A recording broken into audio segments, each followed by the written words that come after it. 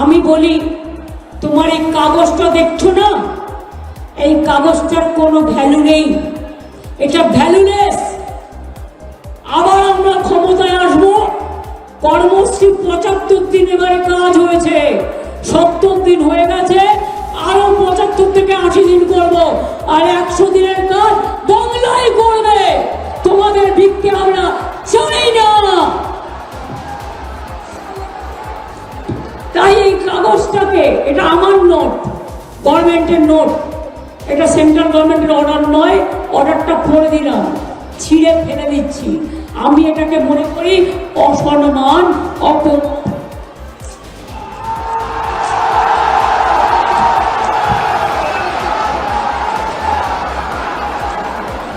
बंकिम चंद्र चट्टोपाध्याय जी के द्वारा ये साहित्य की रचना की गई और जिन छंदों को आज जोड़ा जा रहा है, कायदे से तो वो इसमें से हटने ही नहीं चाहिए थे।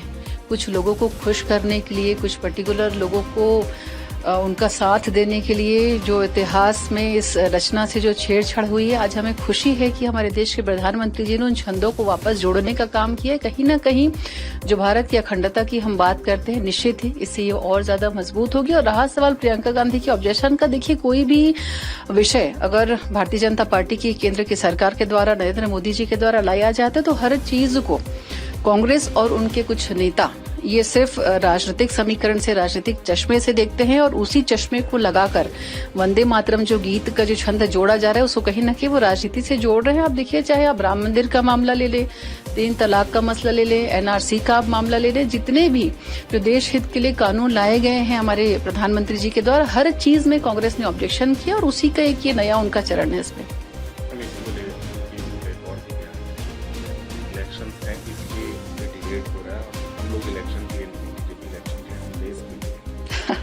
देखिए, वो देश ने साबित कर दिया कि कांग्रेस देश के कितने हित में है।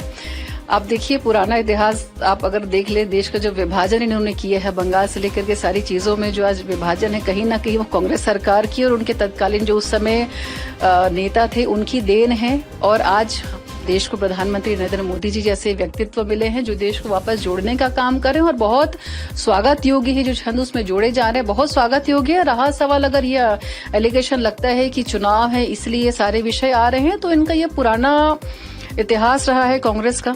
और इतना ही अगर देश के हित में ये फैसले लेते और देश को इन पे भरोसा होता, जनता को इन पे भरोसा होती, तो सीमित संख्या में कुछ राज्यों में जो कांग्रेस सिमट गई, उनकी ये हालत, ये दुर्दशा नहीं होती आज। वेस्ट बंगाल में एफआईआर को लेकर काफी चीजें चल रही है, बीच ममता बनर्जी का एक बयान है जिसमें कह रहे हैं कि सिविल नॉट अलाउड इन।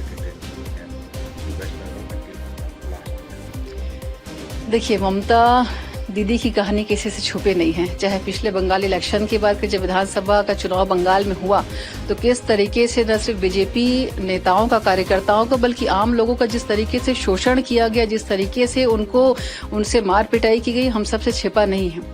और ममता जी को डर किस बात का है? एसआईआर पूरे 12 राज्यों में हो रहा है, बहुत शांतिपूर्वक चल रहा है। छत्तीसगढ़ में भी एसआईआर का पुनरीक्षण का काम बहुत अच्छे से चल रहा है, लेकिन बंगाल में ही ममता जी को इतना डर क्यों है?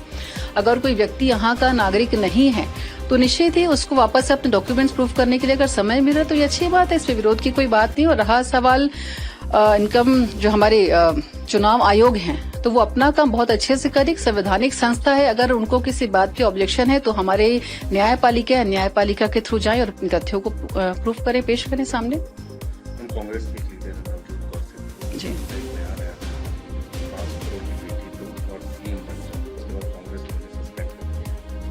देखिए, कांग्रेस पार्टी जहां बची है वहां भी सिर्फ भ्रष्टाचार की भेंट चढ़ रही है और उनके लीडर्स का इस तरीके से बयान आना अपने आप में ही कांग्रेस की मानसिकता और जो अंदर भ्रष्टाचार और जो खेल चल रहा है वो अपने आप उजागर करी से भारतीय जनता पार्टी को शायद बोलने की भी जरूरत है, क्योंकि जनता देख रही है।